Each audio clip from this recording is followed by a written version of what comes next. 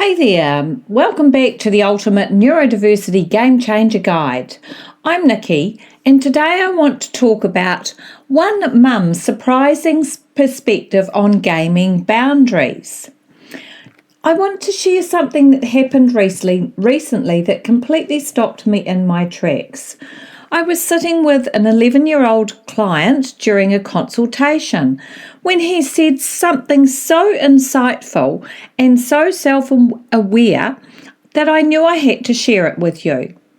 He looked at me and said, "I love gaming, but I have to be really, really careful how much I do.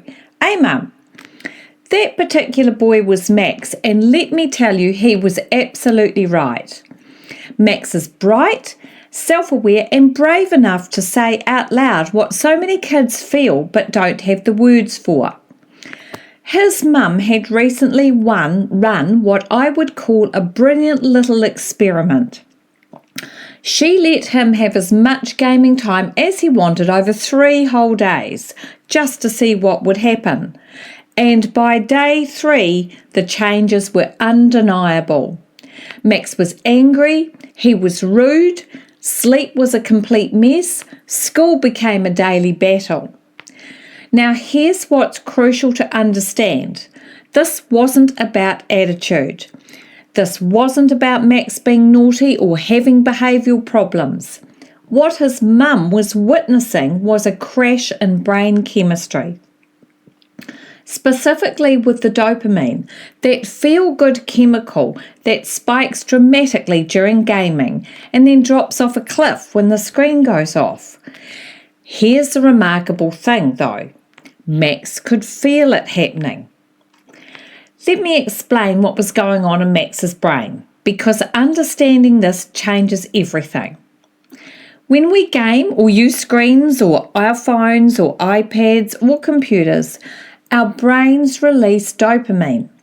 It's that rush of pleasure and reward we get when we achieve something in the game, a level up, or get that perfect shot, or get a funny email, or see a cool TikTok. Same thing. Gaming and things like that is designed to trigger these dopamine hits repeatedly and unpredictably, which is exactly what makes it so engaging. However, here's the problem. What goes up must come down. When the gaming stops, that dopamine level crashes. And for many children, especially neurodivergent kids who may have already have differences in how their brains process dopamine, this crash can be intense. Suddenly, the real world feels flat, boring, frustrating. Everything requires more effort. Emotions feel bigger and harder to manage. Sleep becomes difficult because the brain is still wired and overstimulated. This isn't a character flaw, it's brain chemistry. Max's awareness of what was happening to him was the turning point, because once he and his mum could both see the pattern, they could do something about it. So they sat down together and made a plan. Some simple but clear gaming boundaries that they could both stick to. And the difference for them was remarkable. This certainly wasn't about demonising gaming or taking it away completely. It was about understanding how it affects the brain and creating boundaries that worked for their family or work for their family. If you've ever seen your child come completely unglued after screen time and thought, "What on earth's going on?" this might just be the missing piece for you. Those tears, tantrums or school meltdowns that happen after gaming, they're often written off as attitude problems or bad behaviour. But what if they're actually not? What if they're actually a brain that's overwhelmed by dopamine highs and digital crashes? For neurodivergent children, especially, these crashes can be even more intense. Their brains may be more sensitive to these chemical changes, and they might have fewer natural coping strategies to manage the transition back to the real world. So what can you do about it? Here are some strategies that work. First, timing matters. Try to avoid gaming right before bed or before school or before an activity that requires calm focus. The brain needs time to regulate. Secondly, create transition rituals. Don't go straight from high-intensity gaming to homework or a family dinner. Build some buffer time, maybe some physical activity or some quiet time or even just a snack. Third, involve your child in the conversation. Max's insight was powerful because he was part of the solution. Talk to your children about how gaming makes them feel, not just during, but after. And finally, remember that boundaries aren't punishment, they're support, and they're helping your child's brain manage something that's genuinely challenging. Next week, I'm actually running a masterclass that touches on some of these brain-based approaches to supporting neurodivergent learners.